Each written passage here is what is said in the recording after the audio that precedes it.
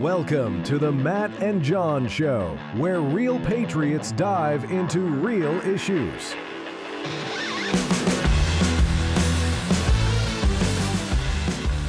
Welcome to the Matt and John Show, where real patriots come to discuss real issues. I'm sitting across from the greatest producer in all the land. John, what do we got talking about today?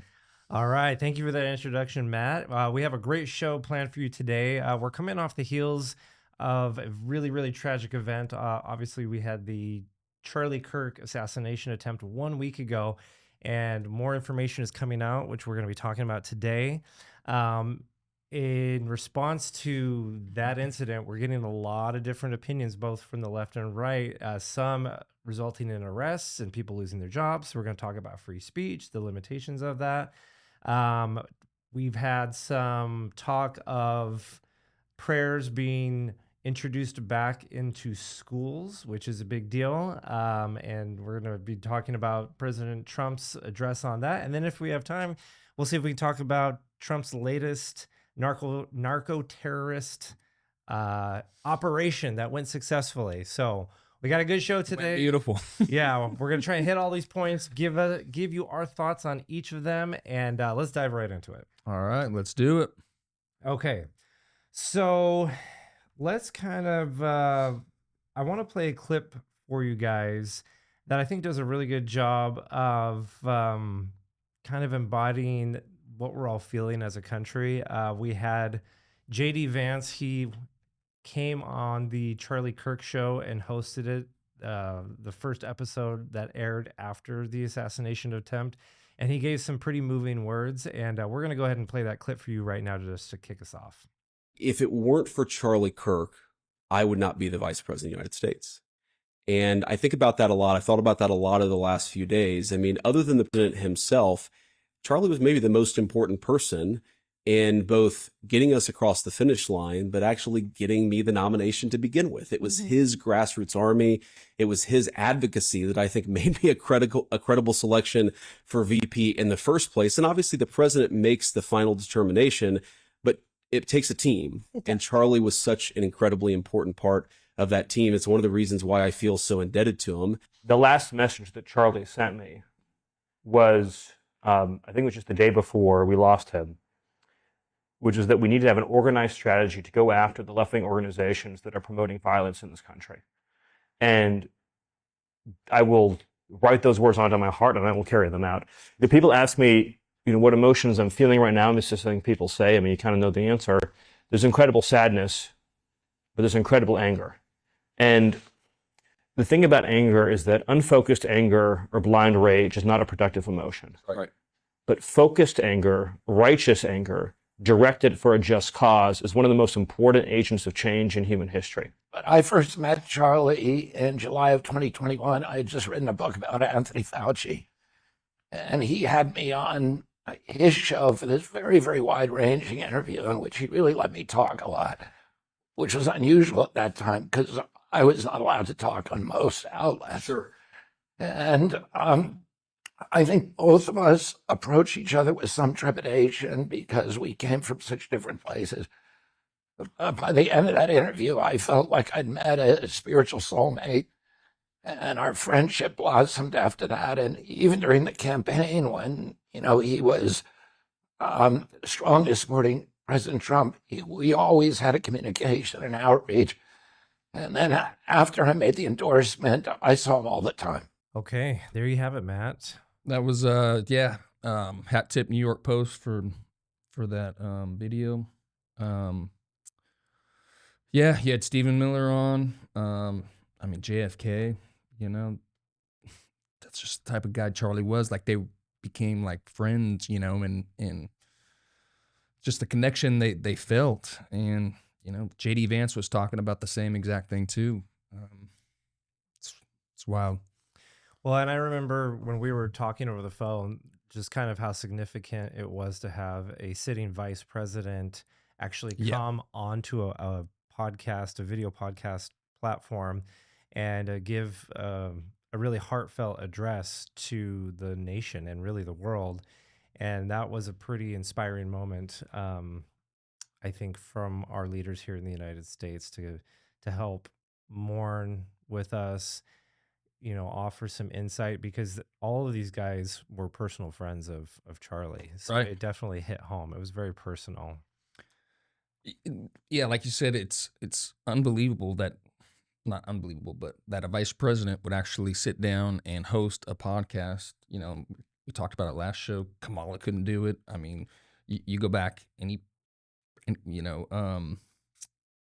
president, president's vice president would not do what he sat down and did, and he nailed it, man. Especially his closing. I tried to find the video. His closing statements. He knocked it out of the park. Yeah. I'm very grateful, and I love JD Vance even more now than I did before. Yeah, he's a good guy. Great job, Vance. Good job, Mr. Vice President. Sorry, Mr. Vice President. Good job. There you go. Yeah. Today, I even saw the Charlie Kirk show being hosted by Glenn Beck. Really? That happened. Okay, I love Glenn. Yes, good job. Yeah, so Glenn was hosting the show today and doing interviews and giving insight. And he mentioned that he had a private conversation with Charlie Kirk around 2018, 2019, where Glenn Beck asked Charlie Kirk poignantly, where is all of this headed? Where is this going? And Charlie Kirk very bluntly stated, he said, assassination, because they can't stop Trump. Like, that's okay, not him assassination, but you're saying, oh wow, yeah. Okay, So Charlie Kirk definitely predicted that there was going to be killings and assassination attempts in the near future, because Trump's message is so powerful that the MAGA movement couldn't be stopped. And the only way that you could stop is to cut the head off. And that's what they attempted to do in Butler, Pennsylvania, was to silence Trump. So Charlie Kirk knew the risks. He saw the writing on the wall. He knew the danger that he was putting himself into. But I take comfort in knowing that because he had such a deep and devoted relationship with God, that he had a clear conscience. He knew he was a sinner. He knew he was an imperfect person, but he had made peace with God. And I like to think that he was ready for whatever outcome in any circumstance. Sure. Yeah. Like his wife said, and that's had to tell the kids that Daddy went on a business trip with Jesus. I mean, that's hardcore. You mentioned Butler, Pennsylvania. Remember, that was the first attempt. There was another one with from the guy that was trying to recruit. Trying to recruit, trying to recruit people from to go fight in Ukraine and stuff. Yeah, there's a whole bunch of questions around that too, man. Well, Eric Trump just released his latest book. I believe it's called The Siege. I'll double check. Heard it, yeah. But I know that he just released a book about it where he details exactly what his family went through in terms of political assassination, smearing his family name, trying to get the Trump kids arrested, destroy their family charges, and all that garbage. The relentless charges that the Trump family faced. And it was awful and it was terrible. And so much of that vitriol and hatred has continued on. And that's why we see what we saw last week with Charlie Kirk, is this unrelenting evil force from the very, very far left, thinking they are justified in committing acts of murder to justify their political position. Right. I mean, straight up demons. I mean, freaking demons. And it's evil and it's wrong. And I know that a lot of people on both sides are feeling justified in their response to Charlie Kirk. So what we've seen is people on the positive side come to, how do I want to say this? There's been a kind of almost a revival, an awakening of people who are finding their faith again. They're finding their faith in God. They're finding their faith in their country. They're awakening politically, saying, hey, this is wrong. And speaking on that, John, churches around America and around the world have seen more. You know, you and I were discussing that. They've seen just everything. Everybody's packed in, like people that never even went to, thought about going to church, actually went to church. So it's very, very spiritual for sure. Yeah. So we're seeing this immense wave of positivity. As Ben Shapiro was saying, that we were seeing Charlie's friends and close inner circle pick up the bloody mic and continue on his work. We're seeing record numbers of Turning Point chapters being asked about and started. Yep. So we're going to see massive high school and college level educational institutions now have a Turning Point chapter, which will promote American ideals and patriotism and freedom and continue on Charlie's legacy. And it's the greatest thing that we can do to honor him, is to continue to fight for the ideas that Charlie so eloquently and so thoughtfully and respectfully argued across campuses in the United States. Yeah, they, meaning I'm just gonna call them demons. They don't know what they started. I have more resolve now. Like you said, we've got more chapters coming. I watched a short reel this morning about kids, and they were saying, "I am Charlie Kirk," and woo, that was a little tough, but to see what is about to transpire, and honestly, it's world history changing what happened. So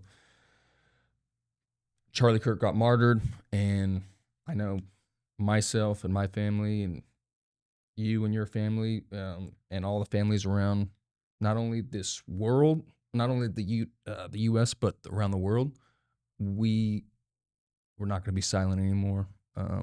It's got to end.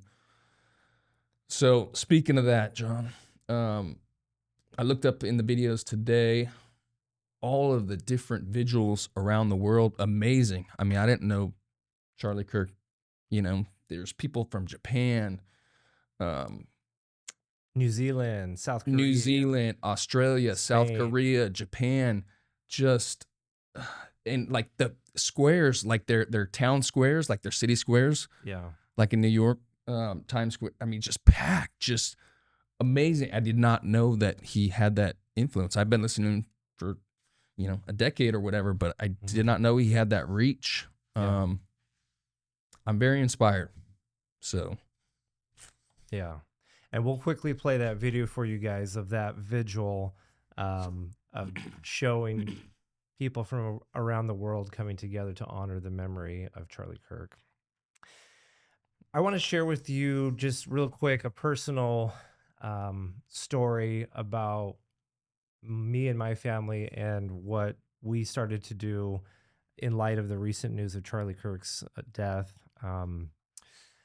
So you and I have been planning this podcast for a very long time, and we're both very motivated individuals in promoting freedom and free speech and perpetuating American ideals and just fighting for what we believe in. And, sometimes it can be really hard because what we're doing, we have to do it on our free time. It's something that is very time consuming, and both of us work, and we've got wives and kids that need our attention too.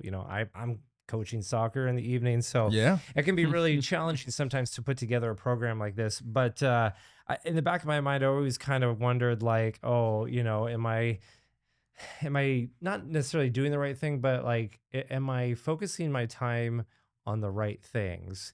And after the Charlie Kirk incident, my wife turned to me and she said, I'm really proud of you.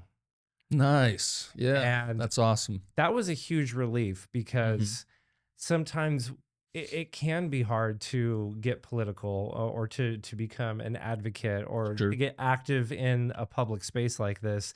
And you always kind of wonder, like, is this putting a strain on my family? Is this going to, make things difficult for them? But once she said that, I'm proud of you, that I don't think she realizes, like, The gravity.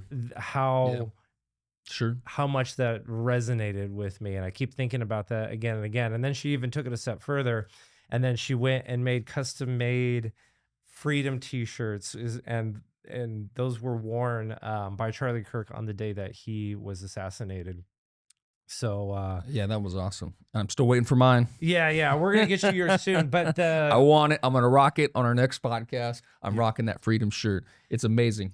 but It's got the flag on the shoulder. oh yeah, I love it. it was great. Yeah. And we got to wear it, or I got to wear it out in public with alongside Matt. We actually met up in public and we were discussing our podcast and kind of figuring out the ins and outs of it. And we were looking outside, and on the corner of a major intersection, we saw hundreds of people with Charlie Kirk signs, chanting and waving and supporting. And it was powerful. It was, Oh, it yeah, was a powerful Yeah. movement. And Matt and I looked at each other and we're like, we had another friend there with us. We all looked at each other. We're like, let's go over there. And so we're gonna play for you a quick video, just kind of recapping and showing some of those interactions and those interviews that we got from people supporting Charlie Kirk in America.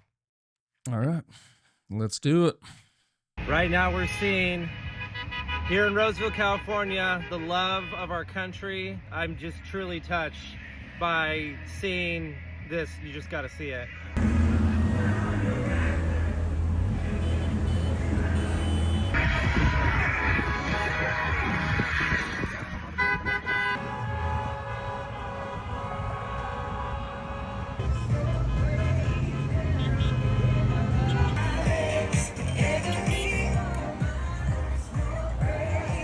We have true patriots here in Roseville, and I'm grateful to live in this community.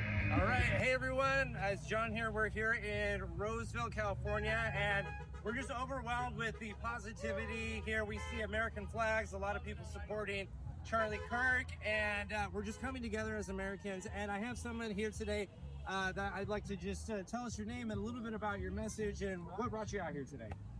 Well, my name's Larry McCarthy. I'm a combat veteran, so I definitely support this, and I believe in this. And everything that's going on with this group, I believe in what they do. The Freedom Riders, 1776. Charlie Kirk was a voice for America, and what happened to him is tragic. And all this is doing is bringing unity to our side. I mean, we should come together as a nation, but unfortunately, we haven't. And things like this, it should unite people, but it's just not. So our voices need to be heard. Thank you. All right, God bless you. Yes. Thank you for your service too. So what are your thoughts about today? Well, yeah, but this is my first time here, like doing something like this. I sort of came out of the woodwork because I was so sad. I had this desperate need to connect with people who love Charlie and who loved his message. Right. I'm guest starring here on the Matt and John show, and I'm here interviewing some folks out here at the Charlie Kirk event. What's your name, sir? Brian. Right, and your name? Allie. All right. We just wanted to ask you guys, so what are you guys doing here? What's going on? What are your thoughts? What are your sentiments on the recent events? Recent events are tragic, right? Tragic. What's been going on? Yes, sir. I think that coming out here and everybody come together as one on what we believe in is very important, especially for us and our kids. Charlie Kirk represented peaceful discourse, peaceful discussion, dialogue to try to build bridges to people, right? And it's absolutely tragic what happened to him. So I love that you guys are out here showing your support. It means a lot. I think it's important for the country. It's important that you're showing the youth that, peaceful dialogue and discussions is the way forward, and not violence, not silencing oppositional views, right? All right, we love Charlie Kirk. God bless America.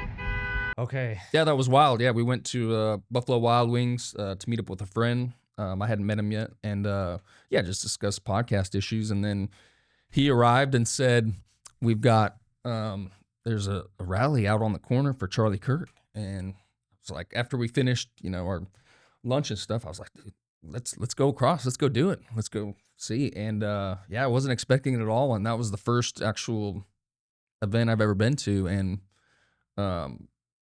we started interviewing people, and that was cool. I did my first interview. I have to work on it, but Actually, you did a really good job. I was really proud of you. okay. You know, I so have stuff to practice. I'm new to this whole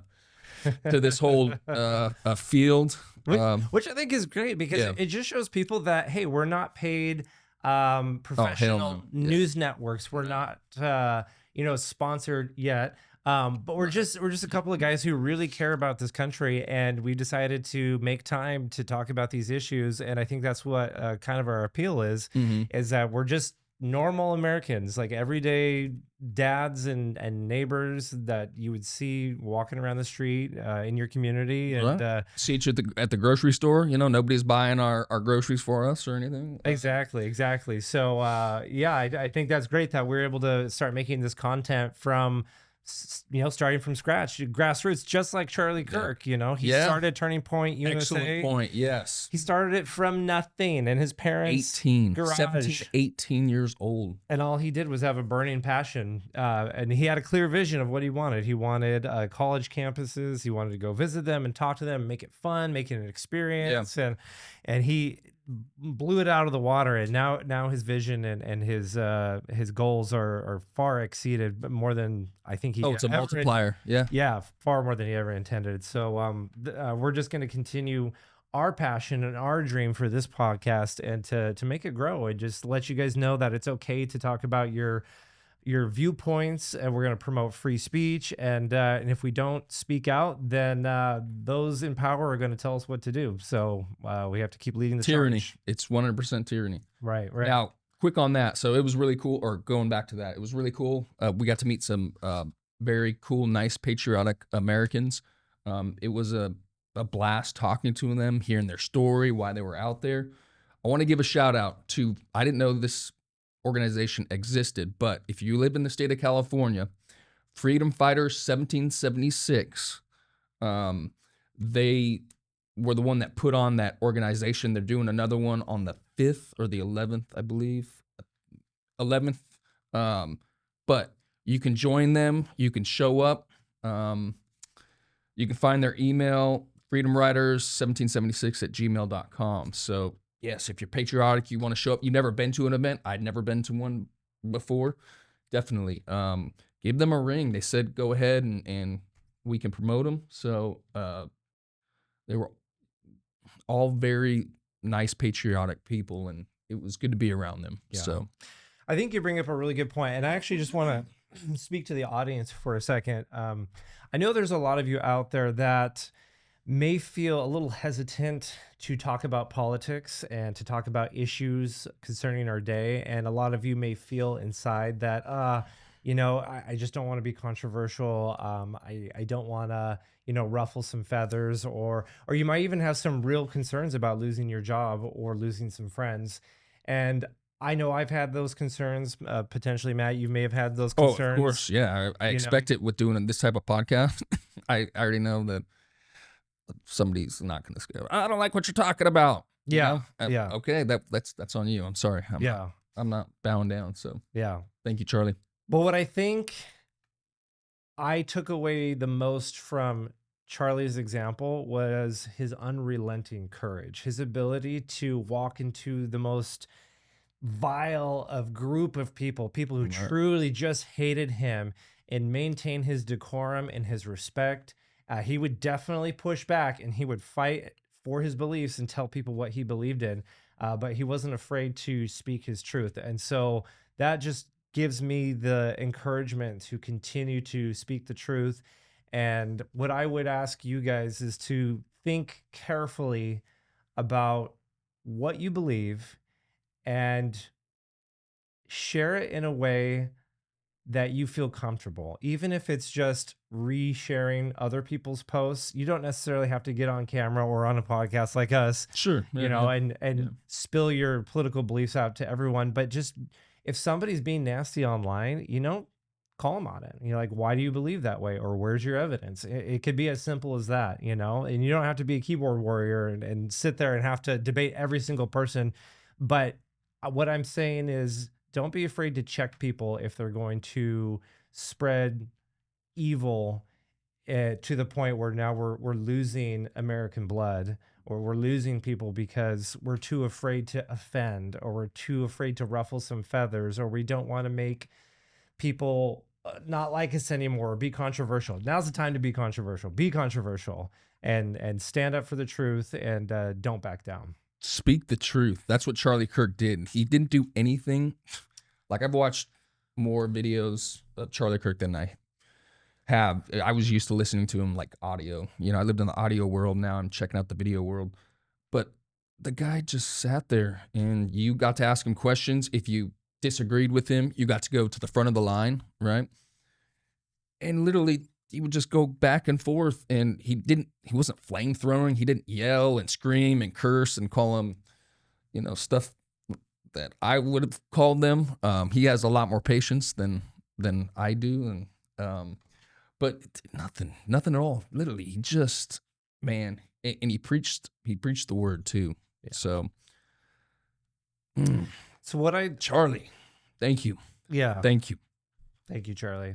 So what I wanted to do now is just kind of slightly shift the focus and talk about, I think, something that you and I feel very deeply about is this idea of free speech. So there's been kind of a lot of mixed reactions of Charlie Kirk's assassination. There's been countless people mourning his loss around the world. And unfortunately, there's been a lot of evil people celebrating his death. And the question that I'm going to pose to both Matt and our audience is there a limit to free speech? Do we have unlimited free speech in the United States? Is there such a thing as hate speech, or is just free speech is just kind of your interpretation of it? So I want to get your thoughts on that, Matt. Are there limitations on free speech? No. And the reason being is who defines what that is. And then once you have the power of the government, they can say what you said is wrong. Now once they make it law, it's codified, then they can, put you in jail. I mean, really, for something? Now, I do believe that you can't just run around on the street and just drop in racist slurs and stuff, because you're going to get, public shame or stuff along that lines, right? Yeah. I do believe in public shaming when you do that stuff. I just don't want the power of the government to anybody, Republicans, Democrats, independents, libertarians, whoever's in power in the government cannot define what hate speech is, because once you give them that power, you can never get it back. And they can literally, just like in China, if you say the wrong thing about the Chinese government, they can throw you right in prison, or disappear you, or, so you cannot. Yeah. So I'm going to push back on you just a little bit. And my position is, I believe there actually are limitations on free speech. Okay, So- I think I might know where you're. Okay, So explain. Yeah. Yeah, I'll kind of give you an example of it. So probably the most recent example of this would be Trump's executive order with flag burnings.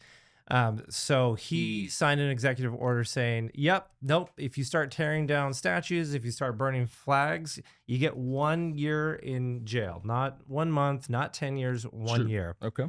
And so the argument against that is, well, I get to burn an American flag because that is my right, and it's protected under the First Amendment of free speech. Right. And so Trump is saying, no, you can't do that. And somebody already challenged that idea.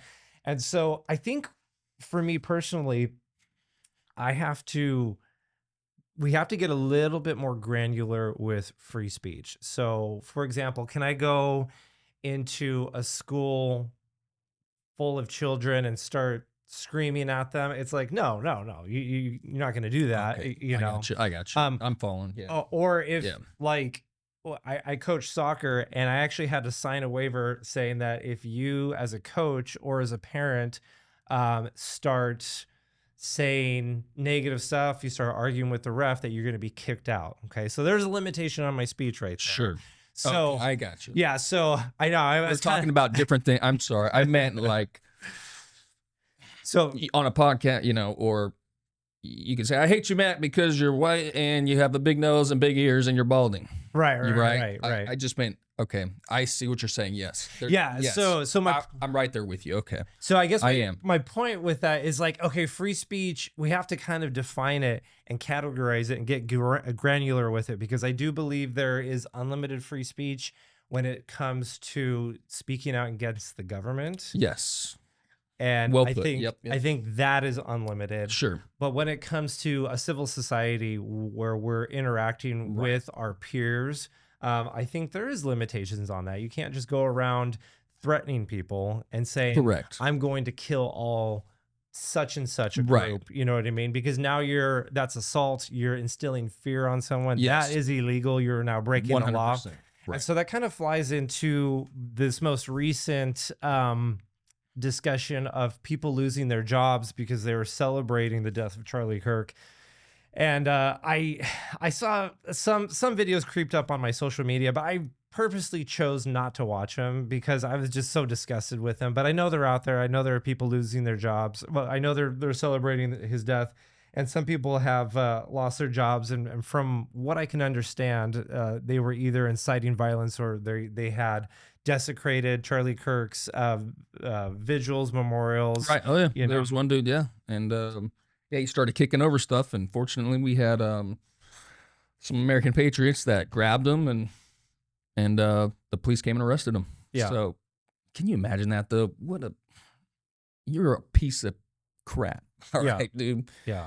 I don't care if if Joe Biden passed, right? I wouldn't be over kicking down the vigils. I wouldn't be stomping on that stuff. Just doesn't even click in my mind. But for that individual to go, yeah, I'm going to go and stomp it, that is, I'm glad he did that because it shows us what we're up against. I believe there is demons and the devil. It's just demoralizing, celebrating somebody's death who was, pure. I don't know what else to put it. Anyways. Yeah. So. Yeah, no, that's truly an act of evil. Anybody who would dance or spit on someone's grave, I would agree with you on that one. It's pure evil. So I think the line for me personally is if someone were to say, hey, Charlie Kirk, I think he's a fascist. I think he's xenophobic. I think he's anti-trans. Racist. He's racist. Okay, Right. Cool. You have the right to believe that. That's right. All you want. And that's where I think the First Amendment, free speech, protects you because you can call somebody what you believe, and that's fine. I think where it crosses the line is when we say, wow, I don't believe in Charlie Kirk's message. I think he's spreading hate. We need to take him out. Now you're crossing the line into Yes. illegal territory because murder is never condoned, obviously, in a civil society. Well, you can't talk about it either. It's codified law. It's you can't do that. I can't go, man, we need to take him out. And so now we're trying to navigate as a society is where is that line? Because we have Pam Bondi, our attorney general, who basically said we need to go after these people for hate speech. And basically they're contributing to the fervor and the overzealousness of the far left, which ultimately led to his assassination. And then you have people like JD Vance who made the comment of if these people are celebrating Charlie Kirk's death, hell, call their employer, Yeah. No, he talked about, you can't, how can you unify? How can you have unity when people are celebrating people's murders? We don't have the clip of the video, but maybe you can add it.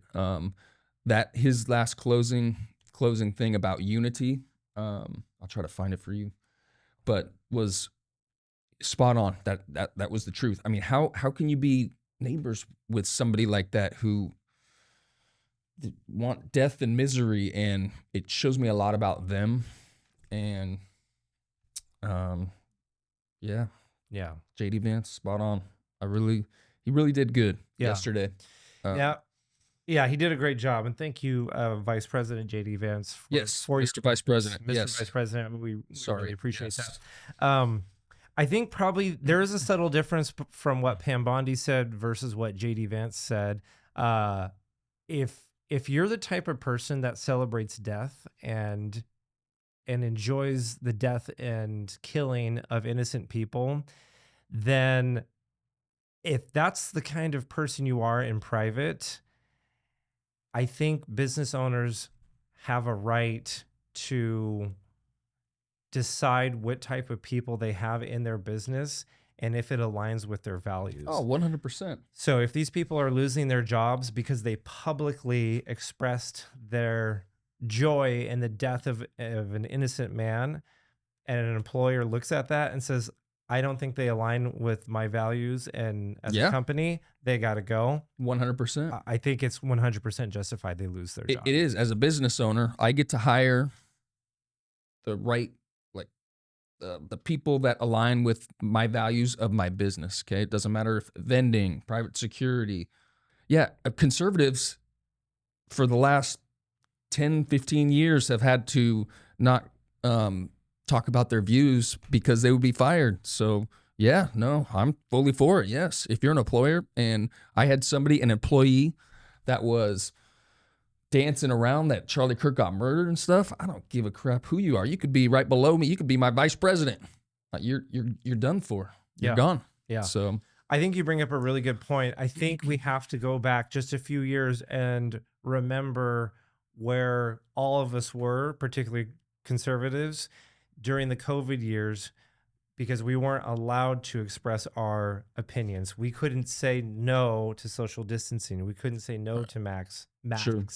We couldn't say no to getting the clot shot, as you appropriately put it. The clot shot, yes. And because of that, we weren't allowed to express ourselves. And so I feel like Republicans and conservatives, we have felt this suppression of our speech for years and years and years. And now the left is kind of chanting the same theme of like, oh, you're taking away our free speech.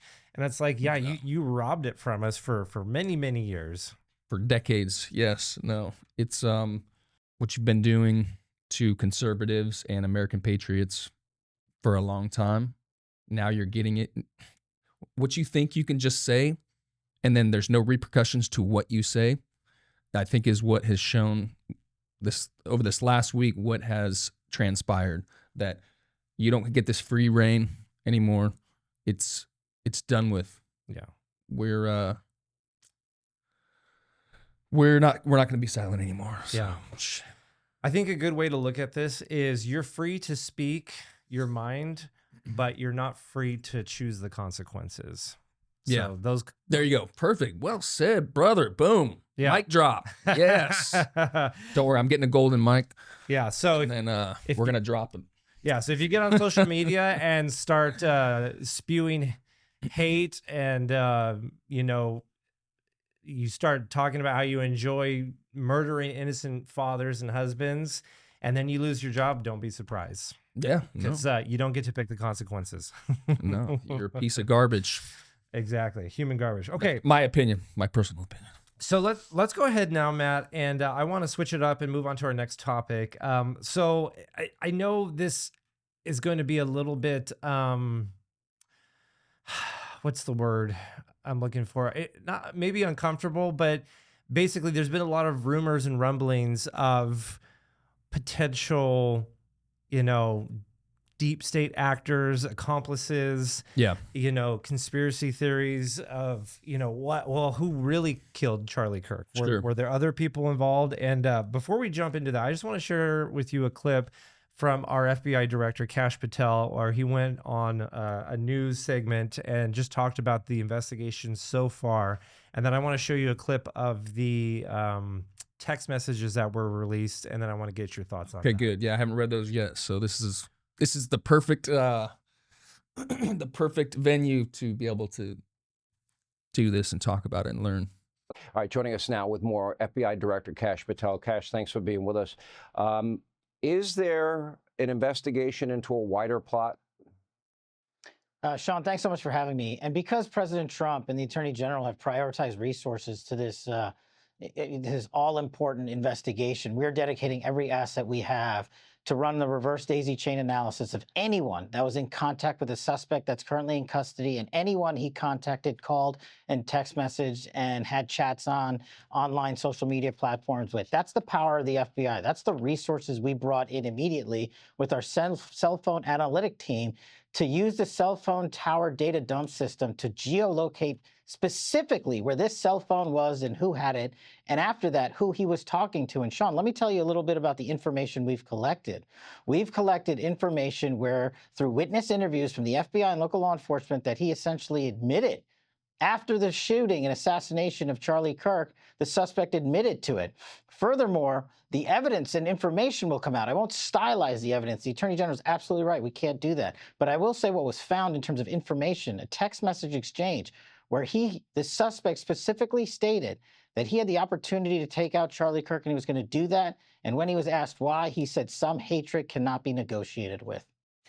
Yeah, you're also running an investigation on what's called the Discord chat room, which has scores of people on it, and texts between the suspect and the partner.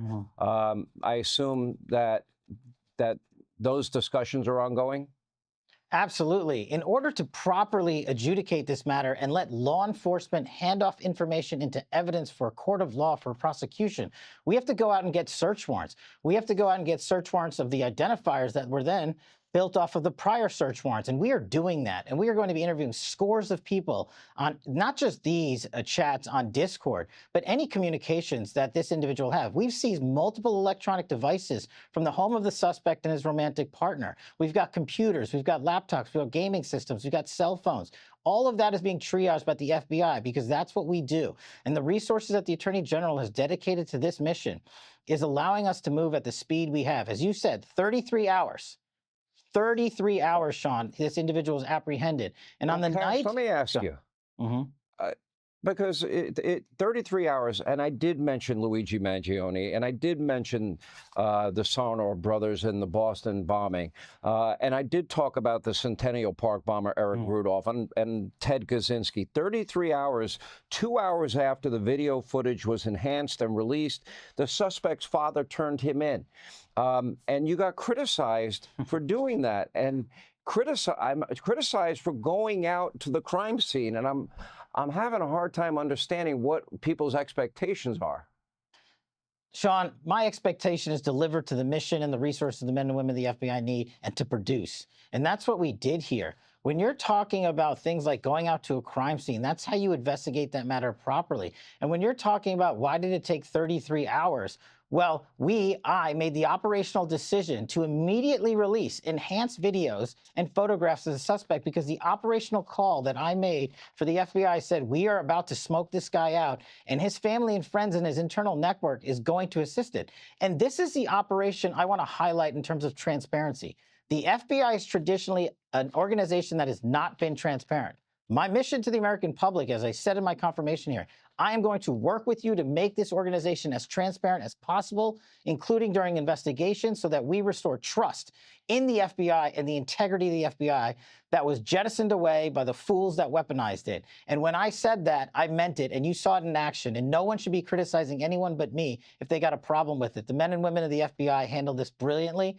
And as you said, Boston and the Luigi Mangione case happened in downtown metropolises with thousands of people around, and it still took them 5 days. So if you got a criticism, make a fair criticism and bring it to my feet. And I promise you the men and women of the FBI will respond like we did in this manhunt for Charlie Kirk's assassin.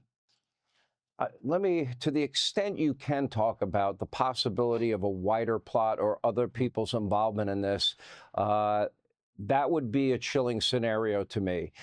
John Solomon, who I'm pretty sure you know, had a piece out there about a radicalized group close to the area, up in the mountains. They seem to be very radical with the same agenda.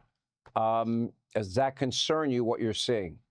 All of it concerns me, Sean, but I can't divulge every investigative step we're taking because I don't want to disclose who we're going after and why we're going after them. Obviously, it's been leaked about this Discord chat, so we're going to discuss it a little bit. But what the FBI does is identify, catalog, and bring in experts. That's what we were doing, round the clock, flying in people evidence response teams, hostage rescue teams, special operators on our FBI planes, and transporting evidence back in real time from the crime scene in the West Coast to our labs in Quantico to address the situation of forensics immediately. And you highlighted the screwdriver that was found on top of the roof and the towel in which the firearm was found, the ravine that I walked myself along with the rooftop. I said, we cannot waste a second on this DNA analysis. And we were announced today on Fox that the DNA was a positive match for the suspect in question. That's hard forensics at work. That's your FBI moving at rocket speed to deliver transparency and information about an ongoing investigation, and we felt it appropriate for the American public to know this. We now know the charges against Charlie Kirk's alleged killer, as well as the key evidence against him and the death sentence he could face if convicted. We also heard him speak during his video conference court hearing late today. Are we ready to proceed? Yes, Your Honor. Calling case 251-403-576. State of Utah versus Tyler James Robinson. Could you state your name? Tyler James Robinson. Thank you for being here, Mr. Robinson. Well, the 22-year-old said nothing more. He showed no emotion and little outward expression as the charges were read. Aggravated murder, felony discharge of a firearm, 2 counts of obstruction of justice, 2 counts of witness tampering, and the commission of a violent offense in the presence of a child. The aggrieved murder charge is a capital offense, as trial judge Tony Graff explained. The defendant knowingly created a great risk of death to another individual other than Charlie Kirk and the defendant. Notice conviction of this offense may carry the death penalty or pursuant to Utah Code 76-3-207.7, a mandatory term of imprisonment for life without parole or an indeterminate term of not less than 25 years. Well, the judge appointed an attorney to represent Robinson. He also granted a pretrial protective order for Charlie Kirk's widow and set the next court date for the 29th. It capped a day that began with prosecutors sharing new information on the case, including a series of text messages between Robinson and his roommate, who, according to court documents, is transitioning from male to female, and authorities say they are also romantically involved. Now, prosecutors say these messages were sent after the shooting on September 10th. Quoting now, "Drop what you're doing, look under my keyboard." Authorities say his partner found a note that Robinson had left, and it read, quote, "I had the opportunity to take out Charlie Kirk, and I'm going to take it." More text messages now in response to that note. Prosecutors refer to the partner as the roommate. The roommate said, "What? You're joking, right? Robinson, I'm still okay, my love, but I'm stuck in Orem for a little while longer yet. Shouldn't be long until I can come home, but I got to grab my rifle still. To be honest, I had hoped to keep this secret till I died of old age. I'm sorry to involve you." Robinson's roommate, "You weren't the one who did it, right?" Robinson, "I am. I'm sorry." The roommate, "I thought they caught the person." Robinson, "No, they grabbed some crazy old dude, then interrogated someone in similar clothing. I had planned to grab my rifle from my drop point shortly after, but most of that side of town got locked down. It's quiet, almost enough to get out, but there's one vehicle lingering." Roommate, "Why?" Robinson, "Why did I do it?" Roommate, "Yeah." Robinson, "I had enough of his hatred. Some hate can't be negotiated out. If I'm able to grab my rifle unseen, I will have left no evidence. Going to attempt to retrieve it again. Hopefully they have moved on. I haven't seen anything about them finding it." And then later, prosecutors say Robinson's partner asked, quote, "How long have you been planning this?" Robinson, "A bit over a week, I believe. I can get close to it, but there's a squad car parked right by it. I think they already swept that spot, but I don't want to chance it." Robinson, according to prosecutors, later wrote, "Delete this exchange," adding later, Robinson, "Don't talk to the media, please. Don't take any interviews or make any comments. If any police ask you questions, ask for a lawyer and stay silent." So Tyler Robinson is the shooter. Yeah.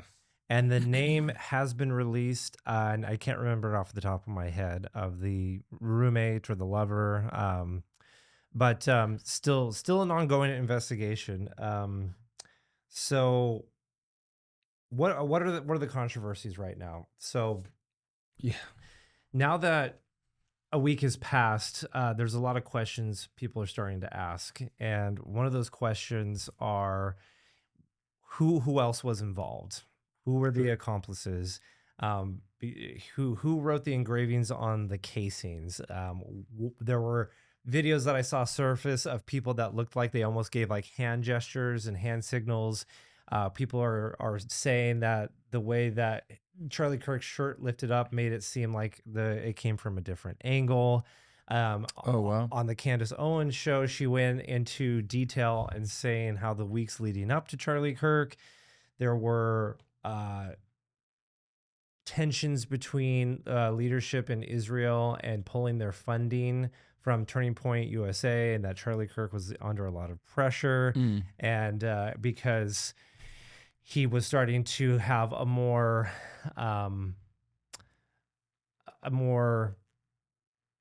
objective opinion of Israel versus, or was changing, maybe. It was changing. Yeah. He was starting to ask questions, essentially. Sure, right. And he was starting to say, now, wait a second, what about October 7th? And wait a second, what about the Gaza Strip? And what about Hamas? And what about blowing up hospitals and targeting innocent civilians and not letting journalists into the area? Like, what's Israel actually doing? Sure. So him and Megyn Kelly and some other people are starting to ask questions. And so Candace Owens in her show starts to lay down a timeline, and she's really good at this. She's like, I'm bringing receipts. This was her show yesterday, right? I believe it was yesterday's show. I'm gonna watch it. Yeah, and I'm going to give it another watch. Okay, but she posits that Charlie and even Megyn Kelly started to look a little frightened, a little scared, because Candace had gone through it 2 years prior, where she started to ask questions, and she kind of alluded to this feeling of, people grabbing her, texting her, saying, let's bring you to Israel, and then let's get your thinking straight. That was kind of the feeling that she got. And then people started to shut her out. She was pushed out. She was no longer in the inner circle. And Daily Wire, she was had a show where Daily Wire, I mean, I don't know that much about it, but I do know she did get. Yeah, and they departed ways. Yeah, they parted ways. And I think for me personally, I do align with Candace and more recently Charlie and Megyn, where Israel and any country is subject to scrutiny. If there are bad actors in any country and they're behaving in a way that violates human lives, we can ask questions. Of course. And I'm not saying that there is some deep state operation, but what I'm saying is it's okay to ask questions and to dig a little deeper. And absolutely. I actually had a buddy of mine yesterday whose name is Eric, and I sent him the X link that showed the supposed text messages between Tyler and his lover. And he immediately called me back and he's like, John, there is no way that this is authentic. And I had just seen the text. I didn't really have a chance to do a deep dive into them. Yeah. And so I was like, I don't know. That's a great question. That's what we're going to do here on this show, is just kind of break it down. So I actually wrote down some notes of things that I thought, these are my own personal feelings, of the text message conversations that were released. So number one, can we get the screenshots with timestamps of those text message conversations? I know from personal experience that when I was in family court, anytime I wanted to make a motion or show evidence to a judge, I had to show hard evidence. Right. It wasn't a copy of a copy of a copy, or he said, she said. No, I needed to show empirical hard evidence of these text messages. So that would be my number one. Sure. We need empirical text messages. Number two, how did they get the phone? Did Tyler's lover willingly hand it over? Okay. I used to work for a company that has a logo that has a big fruit on it. Right. Yeah. I won't name that company, but I know that company has very, very strict encryption and information policies regarding their devices, so you can't just break into a smartphone that they produce. Right, right. And you have to get a court order. And even then, I don't even know if you can, what the laws are in the book. So that means we would need cooperation from the supposed accomplices, and you know, who's going to give, if they're truly devoted to the cause, who's going to give themselves up? You know what I mean? Of course. That's the next question. Number 3, why is there such incriminating evidence in these texts? We have a confession, we have a motive in these text messages. Who's dumb enough to do that? You know, I was on unless he was trying to brag, right? And go, yeah, I did it. But from the text that I saw, it's like you said earlier.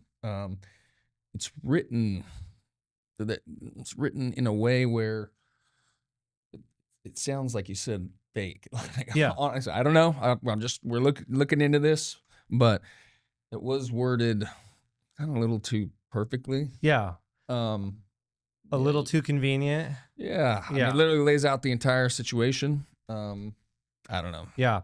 And that brings me to my 4th point. We're opinions. This is our opinion. So. Yeah, this is our opinions. My 4th point is this. Why does this text message exchange sound like it was written by a millennial or a Gen Xer? This doesn't sound like a Gen Z person talking, you know. That's what you're saying. Using words like lingering, or he referred to his father as old man. Yeah. Like, I don't call my father old lingering. man. Yeah, nobody talks. Lingering, really? Right. And oh, by the way, I was lingering, or he was lingering over there. Right. Dude, come on, man. And there's perfect, we're just not perfect, talking this out. Yeah.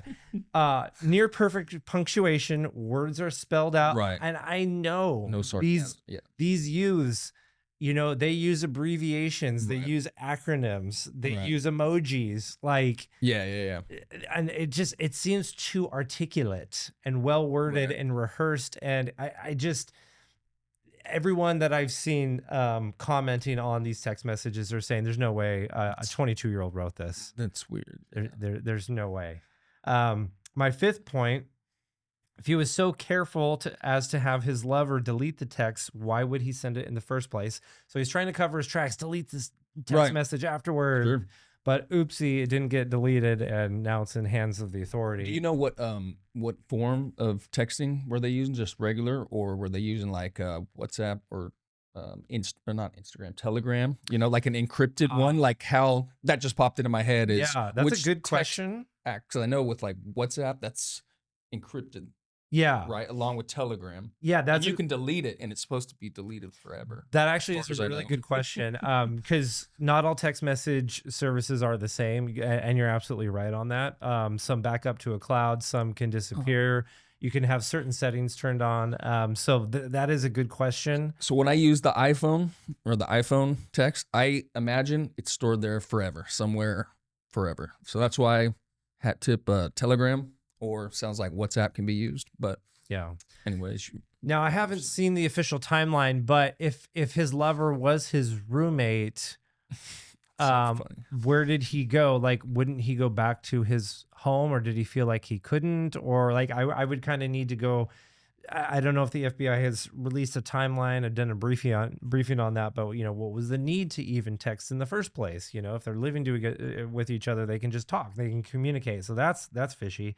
As my 5th point, supposedly Tyler only planned this about a week before the event. That seems a little fishy to me too, especially with casing engravings. Like, you know, I mean, have you ever engraved anything on a casing before? Is that a skill that's easy? I mean, you're a gun guy, you know. Yeah, no, I've never even thought to. I know the last mass shooters have put engravings on the casing.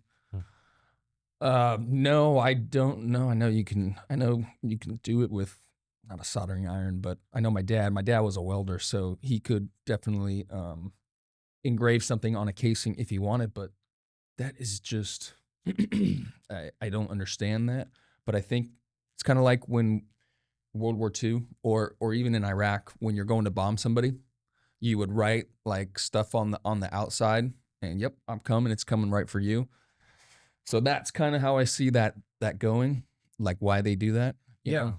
Like he had gotcha or not gotcha, but it's coming, you know, and he had other stuff like something my bulge or Yeah. look at my bulge or something. Yeah, Bella Ciao and Bella Ciao. that was another one. These are supposed to be Antifa based ideologies and phrases. And my question is, if he did plan this only a week beforehand, did he have the tools, the means, the expertise to do that? Did someone help him? Which is what I am leaning more towards. I did hear a report saying how neighbors were growing annoyed with Tyler and his lover because there were cars parked around with out-of-state license plates. Out-of-state license plates. Yep. Yeah. And So people, this is all developing. yeah. So that means that, okay, maybe the initial planning, like the kind of like the final planning phase of it happened a week before, but this feels like it had been planned for a while, and there were many actors involved. There's no way that this is just Tyler. That's groundbreaking. No way. That's breaking. Yeah. Yeah, there's no way. I refuse to believe that. So you're thinking multiples for sure. 100%. Yeah. So deep state. Yeah. Or what? That is a good question. I think it's plausible that this could be an international deep state operation where you have that's big. Antifa members. Yeah. Yeah. You have Antifa members, sympathizers working with terrorist cells in the United States. I don't think it's our government. 100%. It is not Trump's administration. No. I don't think This was not our government. I don't even think it's on the left either. I think this is an independent terrorist organization that preyed upon idealistic trans men and trans sympathizers and used their vitriol and hate for certain people in the spotlight and took advantage of their weak will and used them to carry out a political assassination. Is my personal feeling. Psyop. Yeah. Or Exactly. Yeah, they got in and manipulated them. Yeah. What you're saying is, they got in, found their weakness. You know, I'm not saying I believe this, but I'm saying what you're talking about is people, they'll find your weakness and then use it to exploit it. And then you end up doing something that they ultimately want. Yeah. So does that make sense? Absolutely. Absolutely. It's like, if you're upset with somebody, like in the case of Charlie Kirk, a lot of the extreme violent trans community, because I know a lot of trans people who are very, very good people, law-abiding citizens, for sure, and they just have an alternative lifestyle. I'm not worried about them. Right. It's the far left, extremist, violent, trans agenda people who will use any means necessary. And I think that these terrorist organizations found this group of violent transagenda type people and preyed on that hate and used them for their political means. Sure. What those political means are is yet to be determined, because I try to look at it from all perspectives. Well, what can the left gain from this? What can the right gain from this? Are there any enemies of the United States that could gain from this? And how would they try to use this to their political advantage? Sure. You know? Yeah. But what I will say is, what I do know from enemies of the United States is they try to sow discord, distrust, and division. Of course. 3 Ds. That's smart. Yeah, there you go. Good Yeah, look at alliteration that. there. Alliteration. Good alliteration there. Yes, the 3 Ds. Yeah. Discord, Triple distrust, and division.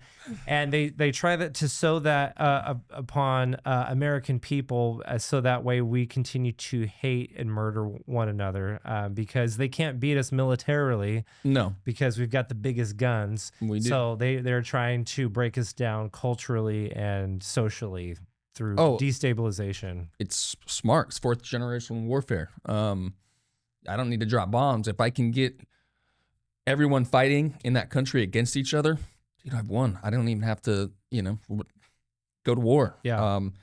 What China's doing with TikTok, and I don't know, have they been bought out yet? I don't think so. know the current status of that. But I had to download TikTok because John, my greatest producer in all the land, said that I have to download this and get into the social media world.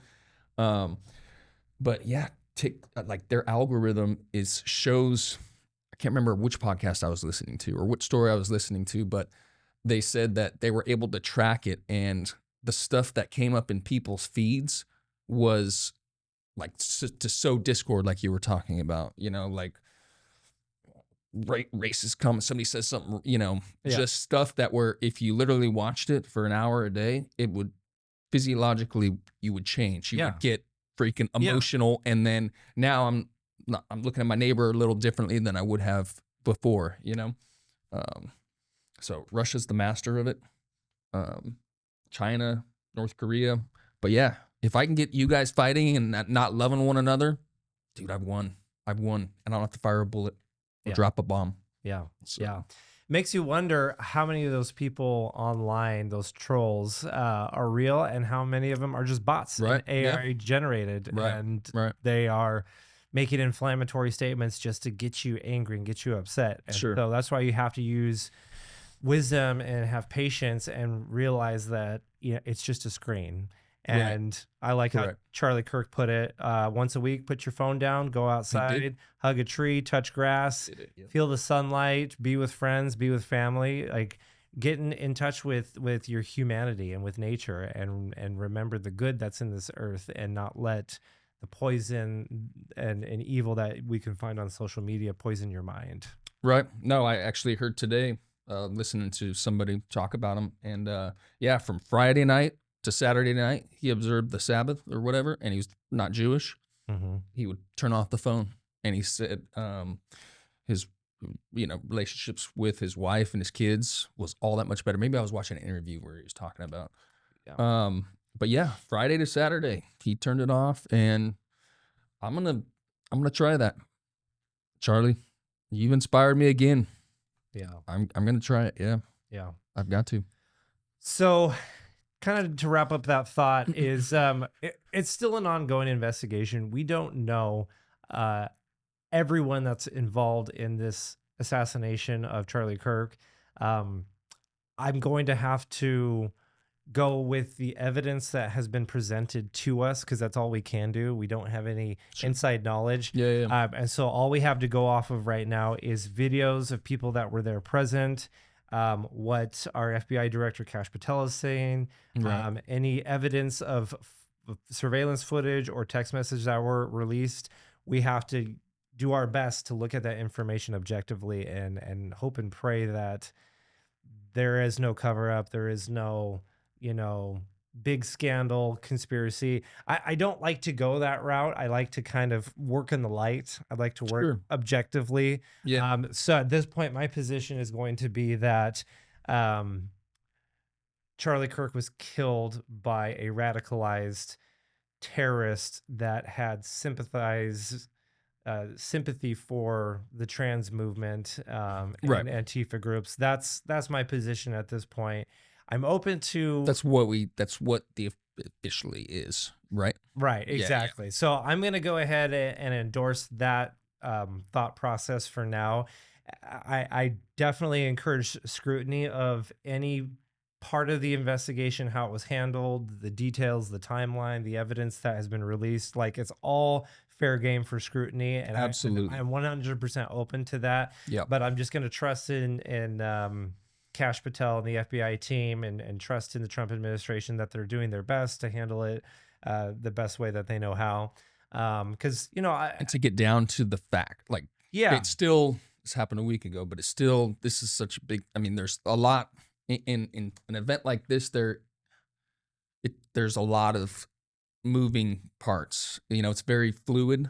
I'm just glad that Hat-Tip Dan Bongino and Kash Patel are leading the FBI investigation, and it wasn't during the Biden administration, because this would have been buried, and like, we're not getting down to the facts like you were talking about. Yeah. Well, and I like how you pointed that out. And to Kash Patel's credit, they released shortly after the investigation started, they did release a photo of the gun, and then Tyler's grandfather and father saw the picture of that, and then they immediately called and then eventually Wow. texted Tyler and said, "Where's Grandpa's gun?" Really? I didn't Yes. hear that. Wow. Okay. Yeah. So that was released, and I know it was a Mauser. Tyler couldn't get the gun back because he ditched it, supposedly, and then tried to go back and couldn't get it because there was too many police and authorities. He couldn't get it, and so he realized that there was no way that he could make up a story like, "Oh, I lost the gun." Like, nope, that wouldn't fly. Like, Right. Dad and Grandpa would be like, hell, you lost my gun. Where's the gun? You know what I mean? And then at that moment, he confessed in those text message conversations that he was going to turn himself in. Now, real fast. So I was talking with my wife before we started shooting. I love you, honey. That something about she had watched the Candace Owens. She sent me the video. I haven't watched it yet. But she was saying something about how the guy broke the gun down on the roof or something. Do you know anything about that? I haven't heard anything about that, but go continue. But she was saying, I don't know, just that professional shooter like marksman had come on, or that she had listened to, and said that whatever he was breaking down after the shot, it took longer than what they say it took. So I don't know. Okay, so the time from after the shot was fired to I think so. Like I said, this is all here. I'm learning as I go along. Yeah. But yeah, it's an ongoing investigation. And so that's, we have a tornado of reports and information that we're having to dig through and sort through. And most of this information is from credible sources, usually Fox News, X. I follow some people, whether it's Ben Shapiro, Right. Megyn Kelly, sure, Candace Owens. So we Mark try to Levin, Benny Johnson, Benny, we love Benny. So we try to get a good feel for what's going on. But as I was saying earlier, this is an ongoing investigation. So we'll probably be talking about this at least to some degree on the podcast in the coming weeks as more information comes to light. But Sure. I would just encourage you guys just to do your own research, watch the news. Absolutely. Decide for yourself. At the end of the day, an innocent man was killed, and that is an indisputable fact. Right. And he was killed by a deranged psychopath, which is also another fact. Right. Yeah. So with that, I think we've covered all our topics, and that's all we really have time for today. But any closing thoughts, Matt, about everything? Anything you want to say? Yeah, this is like our second show, or our last show. This one's hard to I've been watching videos and about Charlie Kirk and like people, how he influenced them, and just a pure good guy he was. So it's hard doing these shows. We're gonna have more enthusiastic stuff to talk about, but this is also new and fresh that we have to. Real fast, we didn't get a chance to it, but we had another Venezuelan Trig de Agua boat that was running coke and fentanyl to our ships, and we took them out again. And we have the video. I don't know if we have the video loaded, but yes, we did it again. Quit bringing that crap to our country, or something. You're not even gonna know it. Just all of a sudden, a missile's gonna come, hit your boat, and then your vapor. No, It was another beautiful strike. So yeah, great job, great job. I'll play that video right now. I want to play some of this video out as I read the remainder of the statement here on Live Now from Fox, as he says the strike occurred while these confirmed narco-terrorists from Venezuela were in international waters transporting illegal narcotics headed to the U.S. These extremely violent drug trafficking cartels pose a threat to U.S. national security, foreign policy, and the vital U.S. interest. The strike resulted in 3 male terrorists killed in action. No U.S. forces were harmed in the strike. Be warned, you are transporting drugs that can kill Americans. We are hunting you. The illicit activities by these cartels have wrought devastating consequences on American communities for decades, killing millions of American citizens. No longer. Thank you for your attention to this matter. Yeah, that was a crazy video. Yeah. It was, brother. Yeah. Yes. Yeah. So don't mess with the U.S. If you come bringing that crap into our country, It's done. Yep. expect some severe consequences. So Good. I love it. don't come to our country if you're going to be spreading drugs. I love it. You've been warned. That's right. It's crazy. You won't even see it coming. You'll just be driving along in your boat. Yeah, woo, look at this. The weather's nice. This is great. And then, boom, you're done. You're gone. You're going to go meet your maker. You go to heck. Yeah. Or you go to hell. I'm sorry. You go to hell. Yeah. Go ahead, John. You want to close us out? Yeah, let's do it. All right, brother. Let's do it. Oh, right. Hold on real fast. I just want to say this. Rest in peace, Charlie Kirk. Thank you. You've inspired me and a lot of other people. So, rest in peace, Charlie Kirk. Yes, sir. We love you, and God be with you and your family. Yes. We want to thank everyone for watching the Matt and John Show. We hope you've enjoyed our discussion today and our different topics, talking about the follow-up to Charlie Kirk's assassination, as well as free speech, and if there are limitations on it. Make sure you guys follow us on all of our social media channels. We're on Spotify, we're on YouTube, we're on Rumble, and we're on a whole host of other social media platforms. So make sure you subscribe and follow us on all of those. Thank you for tuning in. And together we're keeping the flame of liberty alive and shining a light on the truth. Stay strong, stay free. And until next time, God bless America. God bless America. Thanks for listening to the Matt and John Show. Be sure to follow us on social media. And until next time, God bless you and God bless America.